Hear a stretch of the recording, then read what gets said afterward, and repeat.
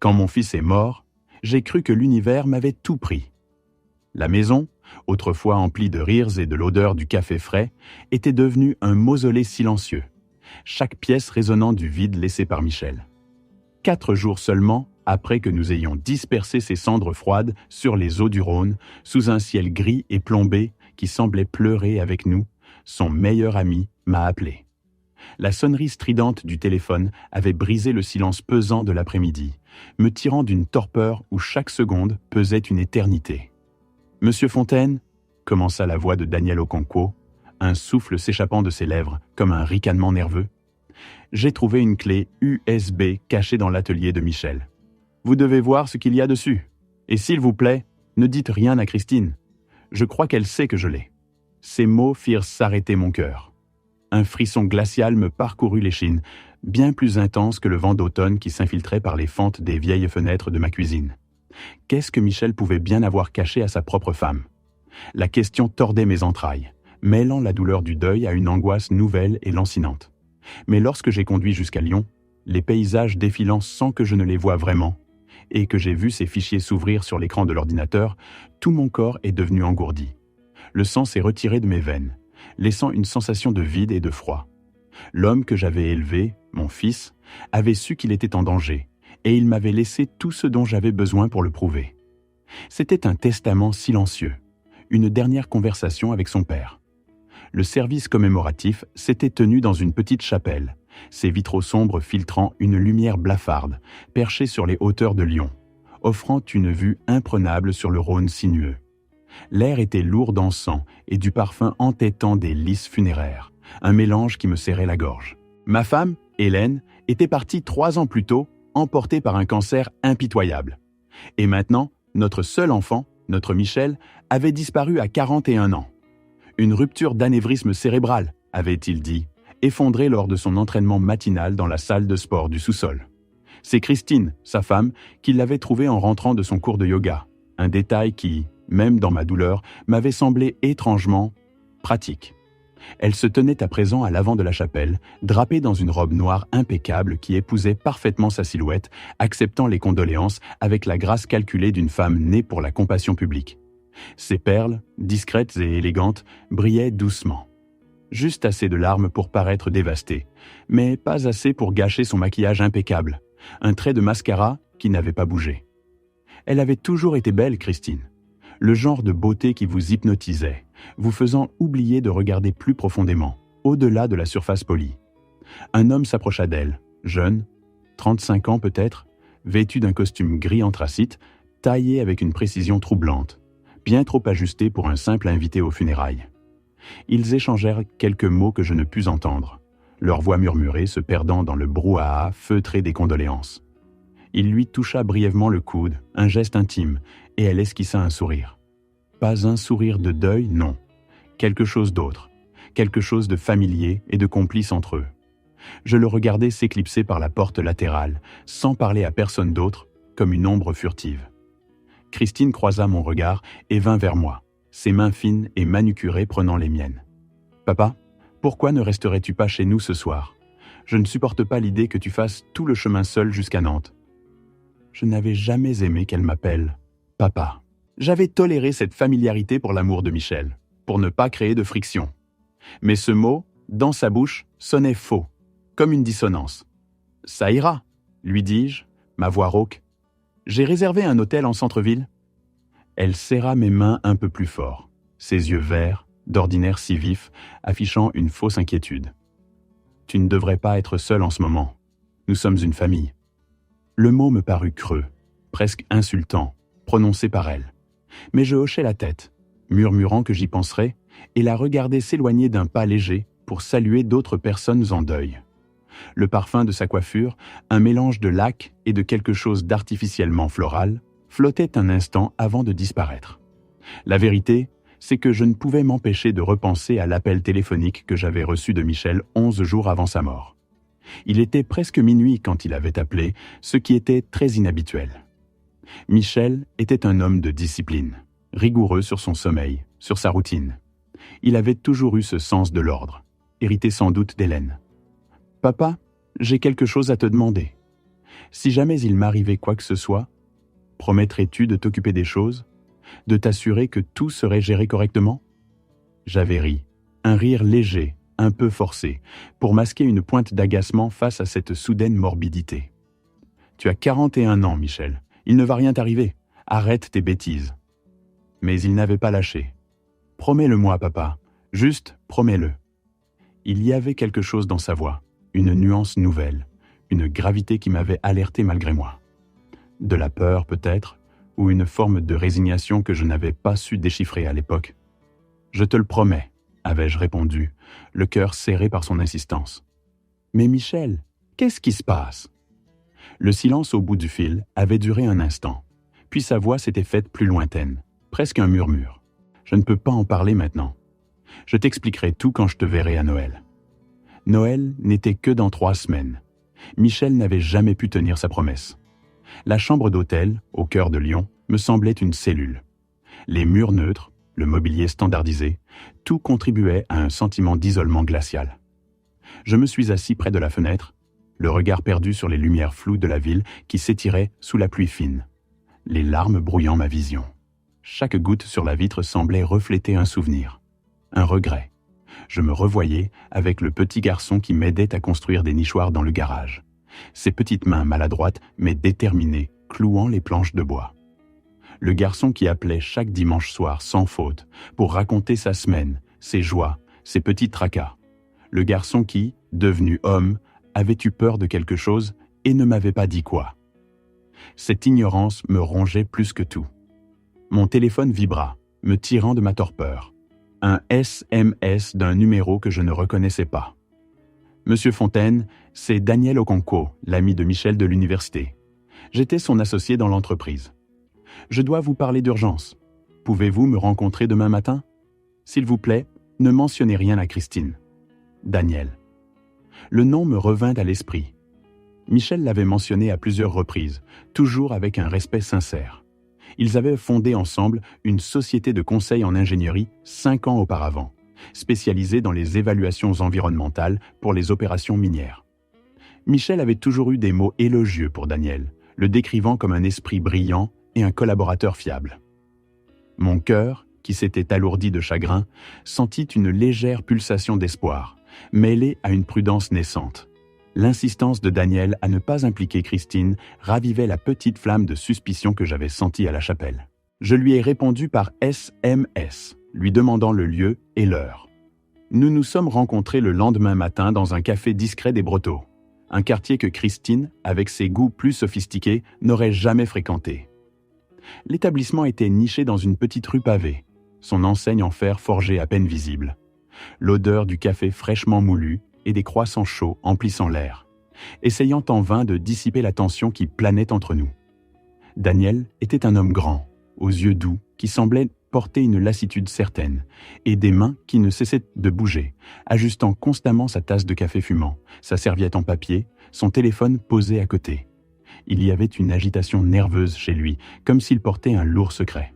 « Merci d'être venu, monsieur Fontaine. » Sa voix était basse, presque un murmure. « Appelez-moi Robert. » Il hocha la tête, mais ne prononça pas mon prénom, comme s'il voulait maintenir une certaine distance respectueuse, ou peut-être éviter d'attirer l'attention.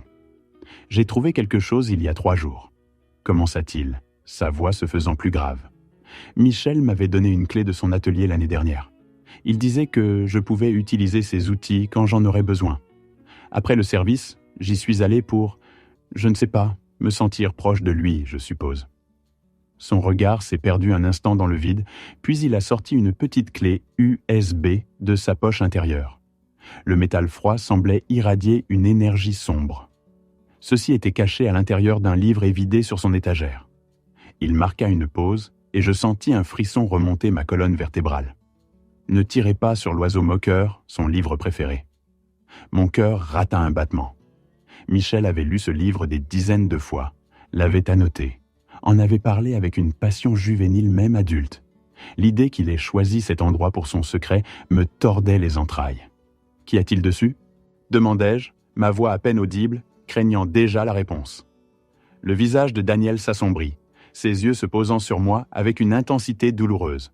« Tout, relevé bancaire, email, photographie, enregistrement. Michel a tout documenté, chaque étape. Il ouvrit son ordinateur portable, un modèle fin et moderne, et inséra la clé USB. Dossier après dossier apparut sur l'écran, une cascade de noms et de dates. À mesure qu'il cliquait, mes mains commencèrent à trembler, une froideur insidieuse se répandant dans mes membres. La trahison se déroulait sous mes yeux, chiffrée, implacable. Christine avait systématiquement vidé leur compte joint pendant 18 mois. Les virements étaient astucieux, déguisés en frais professionnels, en dons caritatifs à des organisations fictives, en paiement à des fournisseurs qui n'existaient pas. Le total dépassait les 800 000 €. Une somme colossale, inimaginable. L'argent s'écoulait vers un compte au nom de Bradley Weston. « Qui est Bradley Weston ?» demandai-je, bien qu'une partie de moi le sût déjà, un pressentiment glacé s'installant dans ma poitrine. Daniel fit apparaître une photographie sur l'écran. L'homme des funérailles, celui-là même, avec son costume impeccable et son sourire qui m'avait paru si étrangement familier. Son entraîneur personnel. Une encre amère s'enfonça au plus profond de moi. Christine et Bradley. Je me souvenais de l'avoir entrevu, un fantôme élégant dans la foule recueillie, son regard croisant le mien un instant trop longtemps, un éclair de quelque chose que j'avais alors mis sur le compte de la sympathie. Maintenant, ce souvenir était un poison. Leurs photos étaient accablantes, une collection glaçante de preuves accumulées avec une cruauté mécanique. Christine et Bradley dans des restaurants feutrés, leurs têtes proches, leurs doigts effleurant des verres de vin. Dans des hôtels discrets, entrant et sortant, leurs visages éclairés par une complicité sans équivoque. Marchant main dans la main sur des plages que je ne reconnaissais pas, le soleil caressant leur peau, les vagues lointaines murmurant des secrets. Les horodatages étaient impitoyables, alignés avec les dates où Michel voyageait pour le travail, loin de Lyon, confiant, laissant sa femme à la maison, attendant son retour. Mon fils, mon cher Michel, avait cru en elle, en leur foyer, tandis qu'elle tissait une toile de mensonges et de trahison. Une nausée glaciale me montait à la gorge. Il devait se sentir si seul dans ses chambres d'hôtel anonymes, rêvant de retrouver le confort de son foyer, sans savoir qu'il n'y avait plus de foyer à retrouver. Mais le pire restait à venir. Daniel, le visage encore plus marqué, ouvrit un nouveau document. Une lettre. Michel l'avait écrite 2 semaines à peine avant sa mort. Mon cœur se serra à la vue de son écriture, si familière, si pleine de vie. « Papa, si tu lis ceci, c'est que quelque chose m'est arrivé, et il faut que tu saches la vérité. » La phrase résonna dans le bureau comme un coup de tonnerre. Le souffle me manqua. Daniel me tendit un verre d'eau que je pris sans même m'en rendre compte. J'ai découvert la liaison de Christine il y a 8 mois. 8 mois. 8 mois de silence, de souffrance cachée. Mon fils avait porté ce fardeau seul. J'ai engagé un détective privé, tout documenté, et consulté un avocat spécialisé dans les divorces. Mon intention était de la confronter après les fêtes, de demander le divorce et de protéger autant d'actifs que possible. Je visualisais Michel, mon fils si méthodique, si rigoureux, transformant sa douleur en une froide stratégie. Il avait toujours été comme ça, transformant chaque problème en un projet à résoudre, chaque défi en une série d'étapes.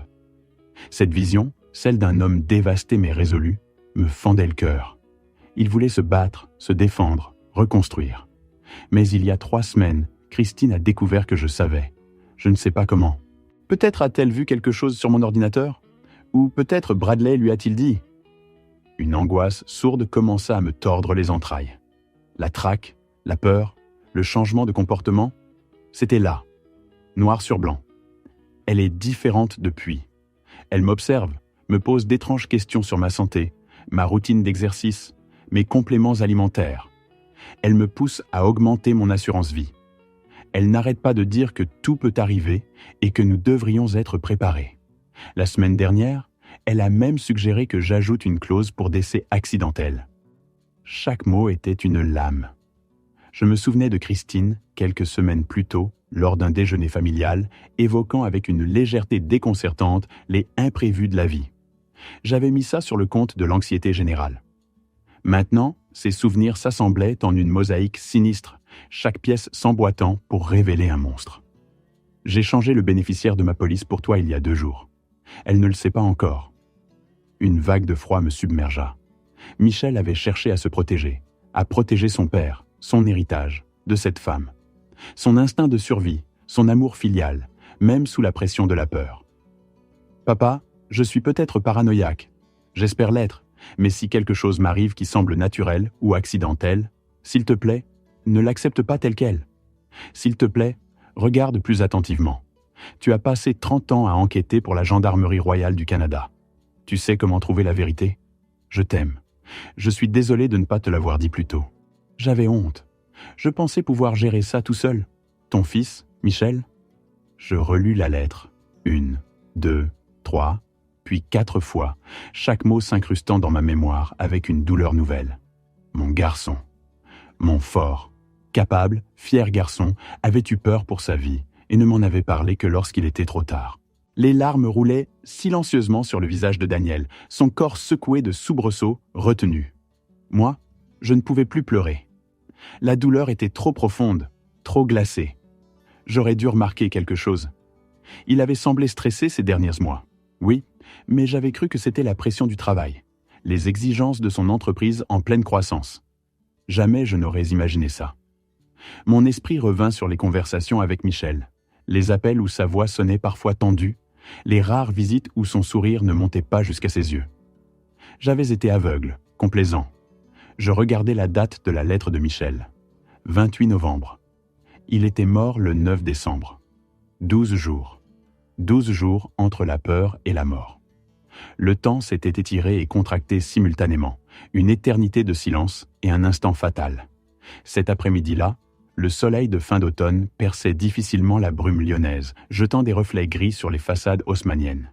Je conduisis jusqu'au siège de la police de Lyon, la clé USB et tous les documents que Daniel m'avait remis serrés dans ma main comme une amulette. Les couloirs étaient froids. L'odeur de cire et de café rance emplissait l'air. On me dirigea vers la détective Sarah Chen, une femme d'une 50aine d'années, aux yeux vifs et à la patience manifeste, du moins en apparence. Elle m'invita à m'asseoir dans un bureau spartiate, l'écran de son ordinateur affichant un dossier ouvert. Elle m'écouta attentivement, sans m'interrompre, tandis que je déballais toute l'histoire, ma voix tremblante d'une colère contenue et d'une douleur lancinante. Je lui montrai les photos, les relevés bancaires, la lettre de Michel. « Monsieur Fontaine », dit-elle avec prudence lorsque j'eus terminé, sa voix posée, contrastant avec l'ouragan qui faisait rage en moi. « Je comprends vos préoccupations, mais le décès de votre fils a été examiné de manière approfondie. Le médecin légiste n'a trouvé aucun signe de traumatisme, aucune indication d'acte criminel. Les anévrismes cérébraux peuvent survenir soudainement, même chez des individus en parfaite santé. » Je la fixai, ma mâchoire serrée. Mon fils était en parfaite santé, inspectrice. Il courait des marathons, avait passé un bilan de santé complet il y a 6 mois avec des résultats impeccables. Aucune histoire familiale d'anévrisme, ni du côté de sa mère, ni du mien. Elle hocha la tête, un pli d'empathie sur son front. Cela arrive parfois, monsieur Fontaine. Ces choses peuvent se développer sans aucun signe avant-coureur. Inspectrice Chen, insistai-je, ma voix gagnant en intensité, mon fils a écrit une lettre disant qu'il craignait pour sa vie. Sa femme le volait, avait une liaison et le poussait à augmenter sa couverture d'assurance. Il est mort 12 jours après avoir écrit cette lettre. Vous ne voyez pas de lien? Elle examina de nouveau les documents, ses yeux perçant les chiffres et les mots. Cela montre une inconduite financière et une infidélité, monsieur Fontaine. C'est significatif, oui, mais cela ne prouve pas un meurtre. Sans preuve tangible de la manière dont quelqu'un aurait pu provoquer un anévrisme cérébral. Elle écarta les mains dans un geste d'excuse, ses yeux traduisant une sincère impuissance face à la froideur des faits médicaux et légaux. La porte de la justice restait fermée. Je quittai le commissariat, un poids lourd sur la poitrine. Personne ne m'aiderait. Pas encore. Pas sans plus. Une amertume brûlante me montait aux yeux, mais elle fut vite remplacée par une détermination froide, forgée au fil des années. J'avais passé 32 ans au sein de la Gendarmerie royale du Canada, les 20 dernières années en investigation criminelle et en expertise médico-légale. J'avais analysé des scènes de crime, du littoral venteux de la Colombie-Britannique aux terres gelées de Terre-Neuve, témoigné dans des dizaines de procès, aidé à faire enfermer des assassins qui pensaient avoir commis le crime parfait. Je me souvenais de l'odeur métallique du sang, du silence lourd des scènes de mort, des nuits passées à assembler des fragments de preuves, à chercher la fissure invisible dans la façade d'un mensonge. Si quelqu'un pouvait trouver la vérité sur ce qui était arrivé à mon fils, c'était moi. Je retournais à la maison de Christine ce soir-là, acceptais son offre de rester dans la chambre d'amis et commençais à jouer un rôle que je n'aurais jamais imaginé. Celui du père endeuillé, crédule, qui ne soupçonnait rien. La maison, un chef-d'œuvre d'architecture moderne dans le quartier des Brotteaux, semblait soudain froide et vide, malgré les lumières tamisées. L'odeur du dîner flottait dans l'air. Un poulet rôti aux pommes de terre au romarin, le plat préféré de Michel. Cela me parut soit d'une tendresse déchirante, soit d'une obscénité glaçante. « Merci d'être là, papa », dit Christine à table, sa voix douce, légèrement voilée par le chagrin fin.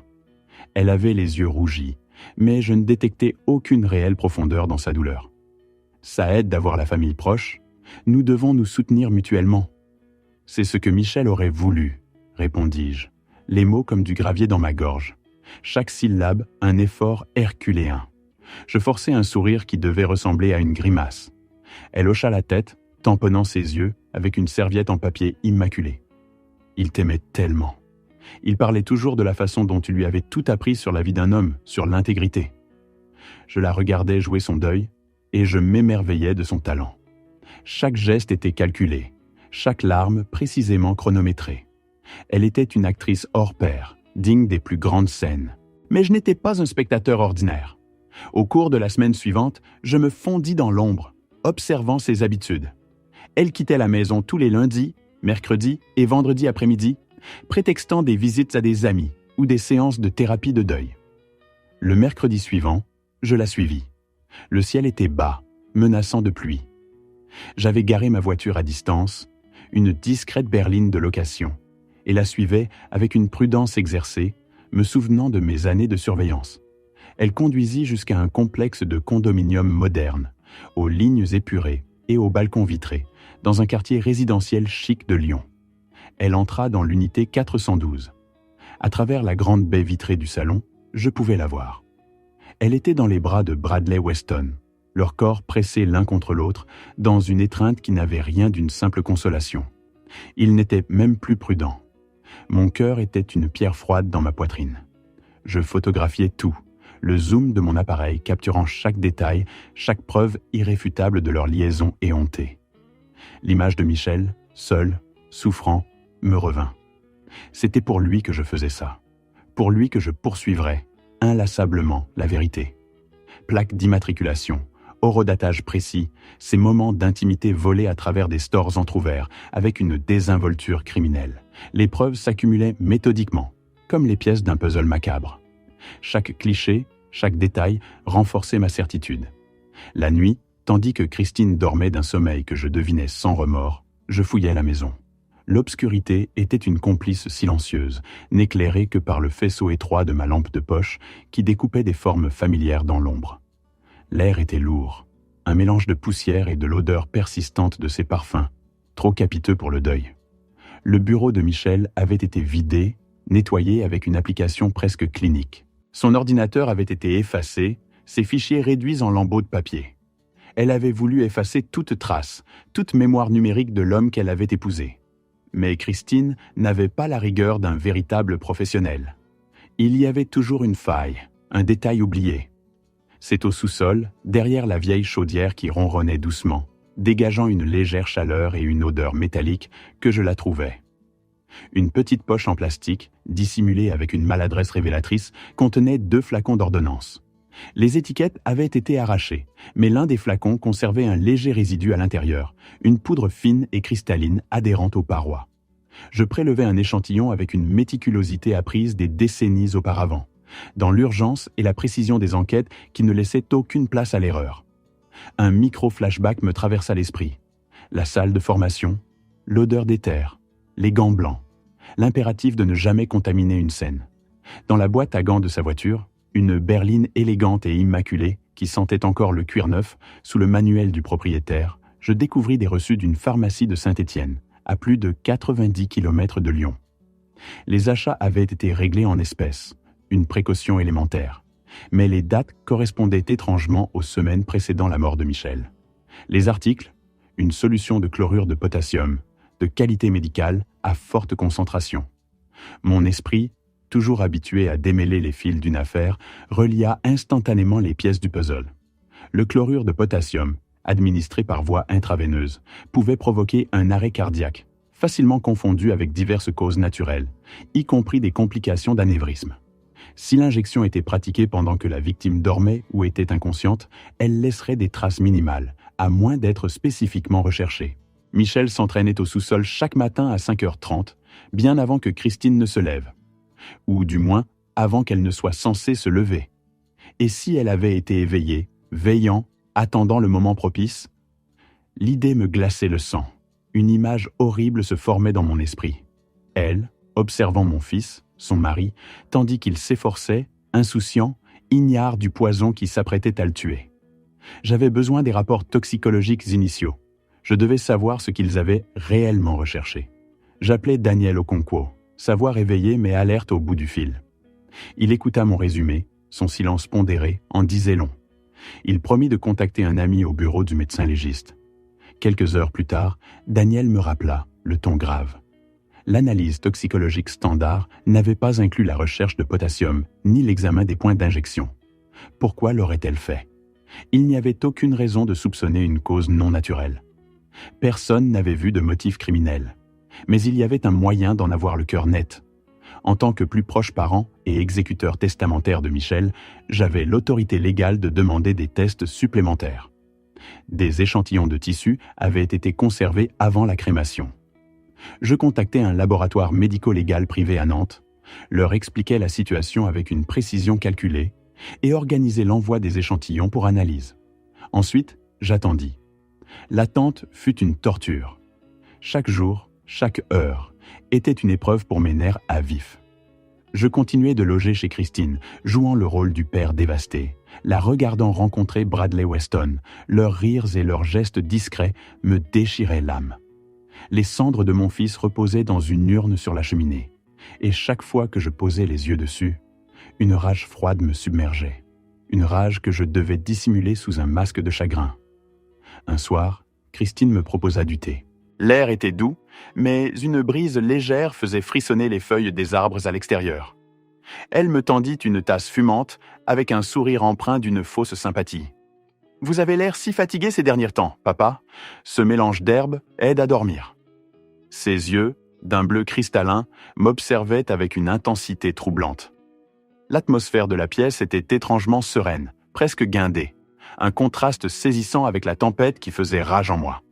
Je la remerciai, portai la tasse à mes lèvres et feignis de boire, sentant son regard peser sur moi. Quand elle tourna le dos un instant, pour se resservir peut-être, je vidai discrètement le contenu dans une plante en pot près de la fenêtre. La plante était morte au matin, ses feuilles recroquevillées et jaunies. Une preuve de plus, silencieuse et végétale, de la toxicité de Christine. Les résultats du laboratoire arrivèrent 3 semaines après la soumission des échantillons. Le rapport confirmait des niveaux élevés de chlorure de potassium, absolument incompatibles avec une occurrence naturelle, ainsi que des preuves microscopiques d'un site d'injection dans les tissus près du bras gauche de Michel. Mon fils avait été assassiné, empoisonné dans sa propre maison par la femme qui avait juré de l'aimer et de le protéger. Je m'assis dans ma chambre d'hôtel, la lumière tamisée de la lampe de chevet éclairant le document fatal. Je pleurais, pas seulement de chagrin, mais de la certitude glaciale de ce que Michel avait enduré. La peur de ces dernières semaines, la trahison d'une personne en qui il avait placé toute sa confiance, toute sa vie. La douleur était si intense qu'elle me coupait le souffle, une souffrance à la fois physique et émotionnelle. Je contactai le détective Chen immédiatement. Cette fois, je n'apportais pas seulement des doutes, mais une montagne de preuves. Les relevés bancaires, les photographies, les reçus de la pharmacie, le résidu du sous-sol, la lettre de Michel et surtout les résultats toxicologiques prouvant l'injection. Le détective Chen lut chaque document avec une intensité croissante, son visage impassible trahissant à peine la gravité de ses pensées. Quand elle arriva au rapport du laboratoire, ses yeux levèrent vers moi. Injection de chlorure de potassium. C'est définitif. Oui, répondis-je, ma voix rauque. Elle referma le dossier avec un claquement sec qui résonna dans le silence du bureau. Monsieur Fontaine, je rouvre cette enquête pour homicide. Tout ce que vous avez rassemblé sera versé au dossier comme preuve. Je dois vous demander de maintenir votre couverture pendant que nous montons un dossier en béton. Combien de temps? Quelques semaines.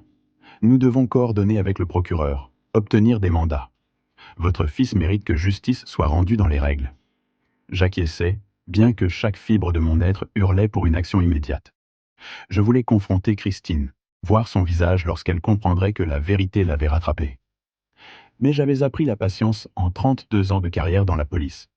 Une patience durement acquise, forgée dans le feu de l'attente et de la stratégie. Je pouvais attendre encore un peu. 2 semaines plus tard, je retournai chez Christine pour ce qu'elle croyait être une discussion sur l'héritage de Michel. Le véritable objectif était de la maintenir occupée, loin de tout soupçon, pendant que la police exécutait des mandats de perquisition à son domicile, au condominium de Bradley Weston et à la pharmacie de Saint-Étienne. Christine servit du vin et du fromage, bavardant de ses projets de vendre la maison, peut-être de déménager dans un endroit plus chaud. Michel a toujours voulu voyager, dit-elle d'un air songeur, un sourire triste sur les lèvres. Je crois que je vais honorer sa mémoire en allant enfin voir le monde. Sur son argent, avec son meurtrier. L'ironie de la situation était une lame froide dans ma poitrine. Mon téléphone vibra discrètement. Un SMS du détective Chen. Mandat exécuté. Reste de chlorure de potassium trouvé caché dans le condo de Weston, ainsi que des emails discutant du plan. Les 2 sujets sont en cours d'arrestation. Une vague de soulagement et de satisfaction, âpre mais profonde, me submergea. Le téléphone de Christine sonna presque au même moment. Elle y jeta un coup d'œil, fronça les sourcils, puis s'excusa, se levant pour prendre l'appel dans la pièce voisine. J'entendis sa voix monter. D'abord interrogative, puis de plus en plus aiguë. Un cri étouffé, puis un déni furieux. La fin était proche. Qu'est-ce que tu racontes? Ils sont chez Bradley. Qu'est-ce qu'ils cherchent? Sa voix, d'abord un murmure incrédule, monta d'un cran, empreinte d'une panique naissante. Elle revint dans le salon, le pas chancelant. Son visage d'habitude si lisse et contrôlé était désormais livide. Le masque de la veuve éplorée et sereine s'était enfin brisé en 1000 éclats. Ses yeux, habituellement froids et calculateurs, étaient écarquillés, trahissant une terreur palpable. Papa, il faut que... Quelque chose est arrivé. Pouvons-nous continuer cette discussion une autre fois? Je me levai lentement, savourant chaque seconde de sa détresse, tout en affichant un air de fausse sollicitude. Bien sûr, Christine. Tout va bien? Ma voix était douce, presque paternelle, un contraste glaçant avec la tempête qui faisait rage en elle. Oui, oui, c'est juste des problèmes de paperasse, répondit-elle, un rire nerveux et cassé lui échappant. Elle me poussa littéralement vers la porte d'entrée, ses mains tremblantes pressant mon dos. L'odeur du vin et du fromage, si agréable quelques instants plus tôt, s'était transformée en une puanteur de mensonge et de désespoir. Dehors, l'air frais de l'après-midi d'automne me frappa le visage, mais je ne sentais que l'amertume de la victoire. Alors que je me dirigeais vers ma voiture, une vieille Peugeot 406 grise, 2 véhicules de police banalisés, des berlines sombres et discrètes, déboulèrent dans l'allée, leurs pneus crissant légèrement sur les graviers. Le détective Chen, dont le regard croisa le mien avec une satisfaction contenue, émergea de l'un d'eux, sa silhouette imposante se découpant sur le fond verdoyant du jardin.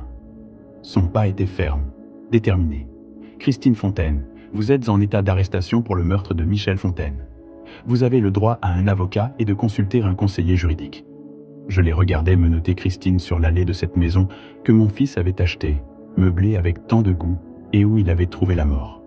Une maison pleine de souvenirs, de rires qui n'étaient plus, de projets brisés. La sienne, maintenant souillée par un crime impardonnable. Elle tenta de se débattre un instant, puis se figea, ses poignets enserrés par l'acier froid des menottes. Alors qu'il la conduisait vers la voiture de police, son regard se posa sur moi. Et enfin, son visage révéla quelque chose de réel, d'authentique. Une fureur noire, une haine viscérale. Mais surtout, la compréhension glaciale qu'elle avait été prise au piège par le beau-père qu'elle avait toujours méprisé, rejeté comme un vieil homme inoffensif et sans importance. C'était une victoire amère, le goût du triomphe mêlé à la douleur persistante de la perte. Bradley Weston fut arrêté simultanément à son condominium, dans le quartier des Brotteaux, alors qu'il tentait frénétiquement de détruire des preuves. Les policiers l'avaient trouvé, les mains tremblantes, devant son ordinateur, des fichiers de son disque dur en cours de suppression.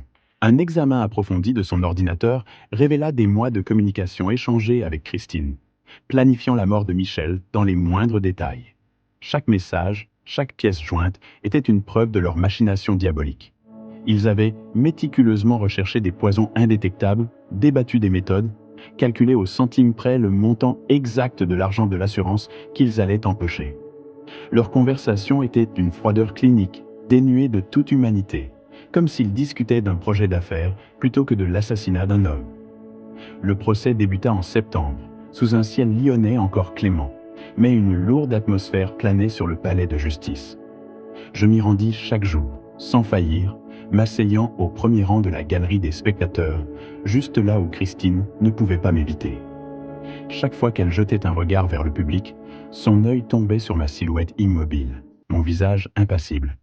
Je voulais qu'elle sache que j'étais là, que je la regardais, que je ne la lâcherais pas. Le procureur, un homme méthodique et posé, construisit son dossier avec une précision chirurgicale, pièce par pièce, comme un puzzle macabre. Il présenta les images de surveillance de la pharmacie de Saint-Étienne, montrant Christine achetant du chlorure de potassium. Le visage dissimulé sous un foulard et de grandes lunettes de soleil, une tentative de déguisement qui n'était pas tout à fait assez bonne pour masquer ses traits distinctifs, sa démarche. Puis vinrent les courriels entre elle et Bradley, des échanges glaçants discutant du calendrier de leur plan et du paquet, le poison. L'expertise médico-légale prouva l'injection, les minuscules marques laissées sur le corps de mon fils, invisibles à l'œil nu, mais révélatrices sous le microscope. La lecture de la lettre de Michel par le procureur eut un effet dévastateur. Sa voix grave résonna dans le silence oppressant de la salle d'audience, donnant vie aux mots de mon fils, à ses espoirs, à ses craintes. Michel y parlait de son amour pour Christine, de ses projets pour l'avenir, de sa confiance aveugle. Plusieurs jurés essuyèrent discrètement leurs yeux rougis. L'une d'elles, visiblement bouleversée, dut demander une suspension d'audience pour se ressaisir, le poids des mots et de la trahison étant trop lourd à porter. Je sentis une larme solitaire couler sur ma propre joue, une larme de tristesse pour Michel, mais aussi de rage impuissante face à la cruauté de Christine. Bradley Weston, lui, s'était effondré quelques jours après son arrestation, acceptant un accord de plaidoyer en échange de son témoignage contre Christine. Il avait semblé si sûr de lui au début de l'affaire, un homme aux allures de requin. Mais la pression de l'enquête et la perspective d'une longue peine l'avaient brisé. Il décrivit comment Christine l'avait approché 2 ans après le début de leur liaison, avec cette idée macabre. Comment ils avaient tout planifié pendant des mois, dans les moindres recoins de leur esprit tordu. Il raconta comment elle s'était exercée à injecter du sérum physiologique dans des oranges, encore et encore, jusqu'à être absolument certaine de pouvoir le faire sans réveiller Michel, sans laisser de traces. Elle m'a dit qu'elle méritait mieux, témoigna Bradley, évitant soigneusement le regard glacial de Christine.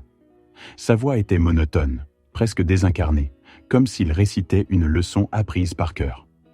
Que Michel était ennuyeux, qu'il ne l'appréciait pas, que l'argent de l'assurance nous permettrait de commencer une nouvelle vie ensemble. Il marqua une pause, un soupir lourd s'échappant de ses lèvres. Je l'ai cru. Je voulais la croire. Des mots qui résonnèrent comme une nouvelle trahison, ajoutant une couche de douleur à ma peine. Michel n'était pas ennuyeux. Il était passionné, loyal, plein de vie. Les larmes me montèrent aux yeux en pensant à mon fils, à quel point ses accusations étaient injustes et fausses. L'avocat de la défense de Christine tenta désespérément de peindre Bradley comme le cerveau de l'opération, dépeignant Christine comme une femme abusée, manipulée par un amant dominateur et pervers. Mais les preuves étaient accablantes, inébranlables. Le chlorure de potassium avait été retrouvé en sa possession. Un petit flacon soigneusement dissimulé sous les planches du parquet de sa chambre à coucher. Les images de la pharmacie montraient clairement son visage, malgré l'effort de dissimulation. Les courriels provenaient de ses propres appareils, son téléphone portable et son ordinateur personnel, laissant peu de place au doute. Une ancienne collègue de Michel témoigna avoir vu des ecchymoses sur Christine et en avoir conclu que Michel était l'agresseur. C'était une amie de Christine, une femme d'une 50aine d'années aux cheveux gris, qui avait toujours semblé douce et bienveillante. Sous le contre-interrogatoire, cependant, elle dut admettre que Christine n'avait jamais explicitement affirmé que Michel l'avait blessée. Elle l'avait seulement insinué par des suggestions soigneusement formulées, des regards sombres, des soupirs lourds, des phrases ambiguës qui laissaient planer le doute. Plus dévastateur encore fut le témoignage de la sœur de Christine. Une femme plus jeune, visiblement mal à l'aise, les mains serrées l'une contre l'autre. Elle révéla que Christine avait posé d'étranges questions sur des poisons indétectables lors d'un dîner de famille 2 ans plus tôt, balayant ses interrogations d'un rire nerveux et expliquant qu'elle faisait des recherches pour un roman qu'elle prétendait écrire. Or, elle n'avait jamais écrit le moindre roman. Le silence qui suivit cette révélation fut assourdissant, lourd de la vérité glaçante qui venait d'être exposée. Le 18 octobre, après 6 longues heures de délibération, le jury retourna son verdict. L'attente avait été insoutenable, chaque minute s'étirant à l'infini. La salle était bondée, l'attention palpable, suspendue comme un couperet. Lorsque le président du jury prononça les mots, sa voix claire et sans émotion résonna dans le silence absolu. Coupable. Meurtre au 1er degré. Un frisson parcourut l'assistance. Coupable. Complot en vue de commettre un meurtre. Puis, le coup de grâce. Coupable. Fraude de plus de 5 000 €. Christine s'effondra, son corps s'affaissant sur la chaise. Un bruit sourd dans le silence. Elle dut être soutenue par les officiers de justice, son visage décomposé, ses yeux vides, alors que le verdict final était lu. Sa façade s'était définitivement brisée, révélant la coquille vide qu'elle était devenue. Bradley Weston, déjà condamné à 12 ans de prison en échange de son témoignage, se trouvait dans la salle des témoins, regardant la scène à travers un circuit de télévision fermé. Son avenir, détruit par une femme qui lui avait promis de s'enfuir avec lui vers un endroit ensoleillé, se résumait désormais à des barreaux et des murs froids. La sentence tomba 3 mois plus tard, un matin d'hiver gris et glacial. Christine fut condamnée à la prison à vie, sans possibilité de libération conditionnelle avant 25 ans. Elle aurait 69 ans avant même de pouvoir envisager une demande de remise en liberté. Le juge s'adressa à elle avant de prononcer la sentence, sa voix empreinte d'une gravité solennelle. « Madame Fontaine, vous avez trahi un homme qui vous aimait, qui a construit une vie avec vous, qui vous faisait entièrement confiance. Vous avez planifié son meurtre pendant des mois. Vous l'avez exécuté sans hésitation, et vous n'avez montré aucun remords jusqu'à ce que vous soyez prise. La cruauté de vos actions représente un profond échec moral que cette cour ne peut ignorer. » Christine n'eut rien à dire. Elle fixa le vide devant elle, un regard absent, tandis que son avenir tout entier s'écroulait dans les murs froids d'une prison. L'assurance annula toutes les réclamations dès le dépôt des accusations. Christine ne reçut rien. Bradley ne reçut rien. Tout ce que Michel avait construit, l'entreprise qu'il avait fait prospérer avec Daniel, les investissements qu'il avait accumulés, la maison qu'il avait entretenue avec tant de soin, tout cela fut versé dans une fiducie que j'ai établie en son nom.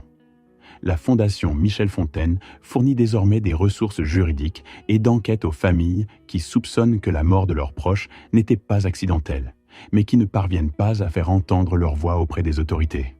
Daniel gère les opérations quotidiennes depuis Lyon, avec la même rigueur et le même dévouement qu'il mettait dans le travail avec Michel. En 2 ans, nous avons aidé 11 familles à trouver la vérité, à obtenir justice. C'est un travail difficile, souvent douloureux, mais c'est le seul moyen que j'ai trouvé pour honorer la mémoire de mon fils, pour que sa mort ne soit pas vaine. Chaque famille aidée est un petit pas vers une forme de paix, une étincelle d'espoir dans l'obscurité de la douleur. 8 de ces affaires ont mené à la réouverture d'enquêtes classées, des dossiers poussiéreux que personne ne voulait plus toucher. Et, plus significatif encore, 5 d'entre elles ont abouti à des arrestations, arrachant des coupables à l'ombre de leur impunité. Après le procès, l'épuisement m'a ramené à Nantes, dans cette maison qui résonnait encore de nos souvenirs, Hélène et moi. C'était là, entre ces murs imprégnés de rires et de larmes, que Michel avait fait ses premiers pas maladroits, agrippés à nos doigts, et prononcé ses premiers mots, des syllabes hésitantes qui avaient rempli nos cœurs de fierté.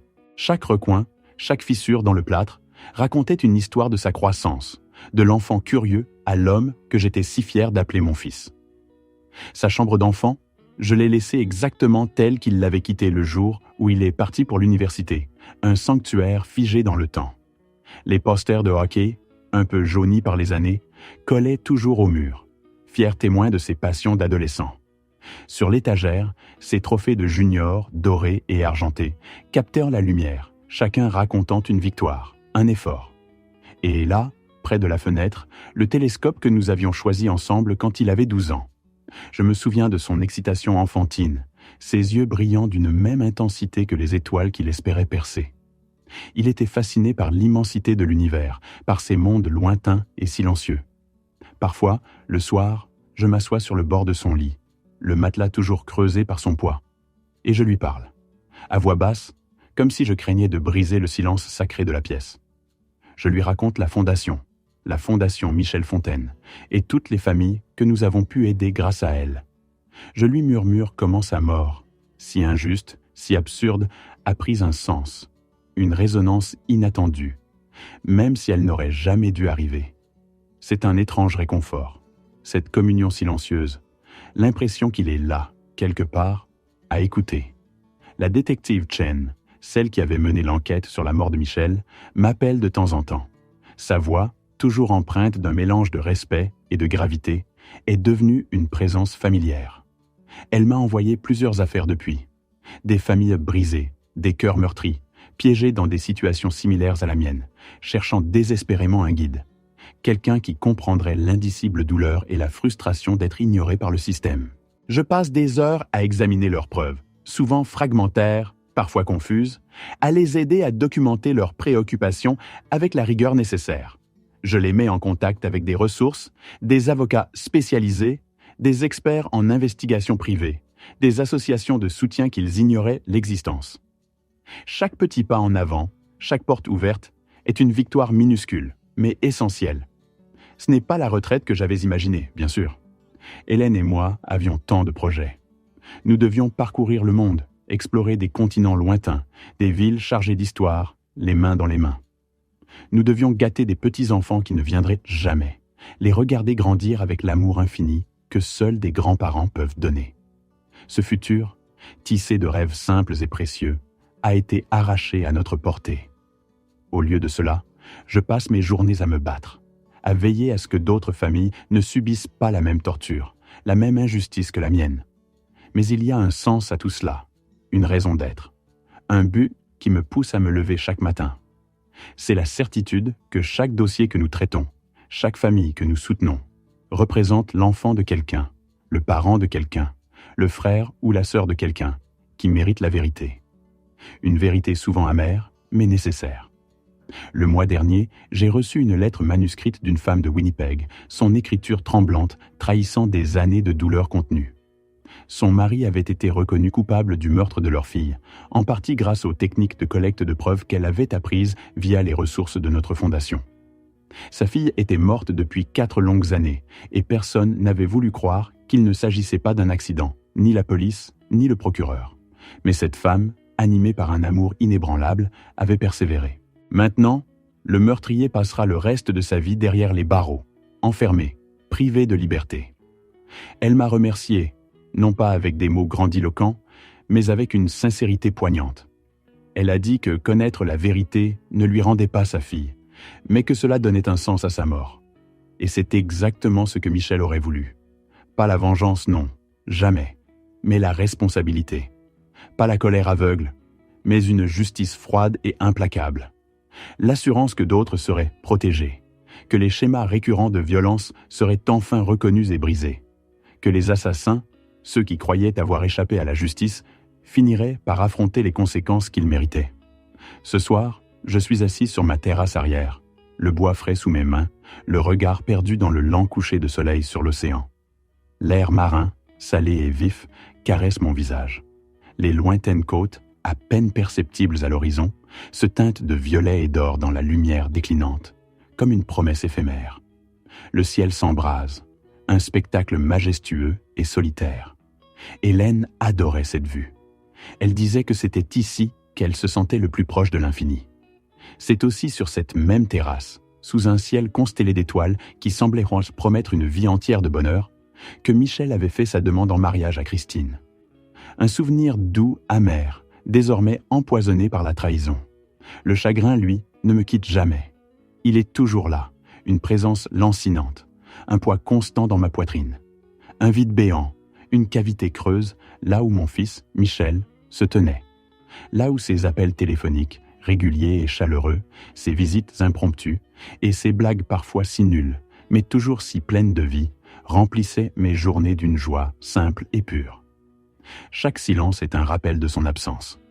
Mais à côté de ce chagrin indélébile, il y a désormais autre chose. Pas la paix, non, pas tout à fait. Pas une satisfaction exubérante. Plutôt quelque chose de plus calme, de plus profond. Quelque chose que j'ai gagné à la sueur de mes efforts, au prix de mes nuits blanches. La justice rendue, la vérité mise au jour, la promesse d'un père, tenue jusqu'au bout. Christine passera des décennies derrière les barreaux, vieillissant seule dans l'austérité d'une cellule, rongée par le remords, ou peut-être seulement par la rage d'avoir été prise. Elle saura que le beau-père qu'elle avait si facilement écarté, qu'elle avait jugé inoffensif et aveuglé par le chagrin, a été celui qui a démêlé son tissu de mensonges et l'a démasqué. Une pensée qui, je l'espère, lui sera un tourment constant. Bradley, quant à lui, sortira de prison vers la fin de sa quarantaine. Ruiné, brisé, son corps marqué par l'épreuve et son esprit par les regrets. Sa jeunesse envolée, ses rêves anéantis par ses propres choix, par sa cupidité. Il n'aura plus rien, sauf le poids de sa culpabilité. Ni l'un ni l'autre ne profitera jamais de ce qu'ils ont fait à mon fils. L'argent pour lequel ils ont comploté et tué a été réorienté, non pas vers leur avarice, mais vers l'aide à d'autres. L'héritage de Michel n'est pas une richesse matérielle, mais des familles sauvées, des crimes exposés, des vérités enfin révélées. Cela a une importance capitale. Cela ne comble pas le vide abyssal en moi, mais cela donne un sens, une résonance à sa vie et à sa mort. Michel, mon fils, où que tu sois, j'espère que tu sais. J'espère que tu comprends. J'espère que tu sais que j'ai tenu ma promesse, celle que je t'ai faite dans le silence de ton cercueil. J'espère que tu sais que tout ce que tu craignais de voir enfoui, étouffé, a été mis en pleine lumière, exposé au grand jour. J'espère que tu sais que ton père t'aimait suffisamment pour consacrer chaque ressource, chaque once d'énergie, chaque compétence acquise au fil des ans, chaque jour restant de sa vie, à faire en sorte que ta mort ait un sens. C'est ce que font les pères. Nous protégeons nos enfants, même lorsque nous avons échoué à les protéger de leur vivant. Nous portons leur mémoire en nous comme un flambeau sacré. Nous nous assurons que leurs vies n'ont pas été vaines, qu'elles ont laissé une empreinte indélébile. Et la tienne, mon fils, la tienne a compté, plus que je ne pourrais jamais l'exprimer avec des mots. Chaque mois, la Fondation vient en aide à une nouvelle famille, une âme en détresse. Chacune de ces actions est une victoire, une petite rédemption, une étincelle d'espoir. C'est la continuation du travail que Michel avait commencé, avec tant de courage et de prévoyance, lorsqu'il a méticuleusement documenté la trahison de Christine et qu'il m'a fait confiance pour découvrir la vérité. Il était plus courageux qu'il ne le pensait, assez intelligent pour laisser derrière lui ses preuves irréfutables et suffisamment plein d'espoir pour croire que son père, moi, serait capable de déterrer la vérité. Je l'ai fait, Michel. J'ai tout trouvé, et je continuerai de la trouver pour d'autres, tant que mon souffle ne me manquera pas, tant que mes forces ne m'abandonneront pas. Ensuite, Daniel, avec sa détermination inébranlable, prendra le relais. Et les personnes que nous avons formées, et les familles que nous avons renforcées par notre soutien. Ton nom ne sera pas rappelé pour la manière tragique dont tu es mort, mais pour ce que ta mort a inspiré. Un mouvement, une mission, une promesse tenue à travers les années, les distances et les chagrins les plus profonds. Les premières étoiles commencent à percer le voile crépusculaire, scintillantes et lointaines. Ce sont les mêmes étoiles que tu avais l'habitude d'observer à travers ton télescope, les mêmes points de lumière qui ont éclairé cette Terre pendant des milliards d'années et qui continueront de briller bien après que nous soyons tous partis, simple poussière dans l'immensité cosmique. Mais tant que je serai là, tant que j'aurai un souffle de vie, un but à poursuivre et une promesse à honorer, je ferai en sorte que ta lumière ne s'éteigne jamais, qu'elle ne soit jamais oubliée. Dors bien, mon garçon. Ton père est toujours là. Il continue de se battre pour toi, pour nous, pour la justice. Le voile crépusculaire s'était désormais entièrement déchiré, laissant la place à l'obscurité veloutée de la nuit lyonnaise. L'air, qui avait conservé la douceur de la journée, commençait à se rafraîchir, portant avec lui l'odeur humide du Rhône et le parfum discret des tilleuls en fleurs qui bordaient les quais. Je me suis levé lentement du banc de pierre, mes articulations craquant légèrement sous le poids d'une fatigue accumulée, celle des semaines, des mois de quête. Pourtant, cette lassitude était étrangement mêlée à une énergie nouvelle, une résolution forgée dans le creuset du chagrin et de la découverte. Mon regard s'est perdu un instant sur les lumières scintillantes au loin, celles des immeubles modernes des Brotteaux, celles des voitures traversant les ponts sur le Rhône, autant de points lumineux dans la vaste tapisserie de la ville endormie. Chacun de ces points, je le savais, abritait des vies, des secrets, des chagrins, des espoirs. Michel, ton histoire est désormais gravée, non seulement dans mon cœur, mais aussi dans les archives de la justice. Mais ce n'est qu'un début, mon garçon. Ce n'est qu'une des innombrables histoires qui attendent d'être racontées, d'être entendues. Le monde, je l'avais appris à mes dépens, était une mosaïque infinie de récits, certains éclatants de vérité, d'autres enfouis sous des couches de mensonges et d'indifférence. Notre mission, celle de Daniel et la mienne, celle que nous léguerions à ceux qui nous suivront, était de les déterrer, de les mettre en lumière. Je me suis souvenu des soirées où, enfant, tu me demandais de te raconter une histoire avant de dormir. Tes yeux brillants d'anticipation, ta petite main serrée dans la mienne. Une autre, papa, encore une, disais-tu, insatiable. Tu n'aurais jamais imaginé que ta propre histoire serait la plus complexe, la plus déchirante, mais aussi la plus puissante de toutes. Et que ta mort, loin d'être un point final, serait en fait le prologue de bien d'autres récits à venir. Chaque jour apporte son lot de nouvelles énigmes, de voix silencieuses qui implorent d'être entendues. C'est comme si l'univers lui-même, dans sa cruauté et sa magnificence, projetait devant nous un écran invisible, une nouvelle vidéo à explorer, un nouveau chapitre à ouvrir. Il suffit de regarder attentivement, d'écouter au-delà du bruit, de chercher les indices, les murmures, les larmes non versées. Il suffit de tendre la main, d'être prêt à cliquer sur le bouton invisible de l'engagement, de la compassion, de la vérité. Et je serai là. Nous serons là, prêts à écouter, prêts à agir. Car tant qu'il y aura une injustice, tant qu'il y aura une voix étouffée, il y aura une histoire à raconter, une histoire qui nous attend, juste là, sous nos yeux, prête à être révélée.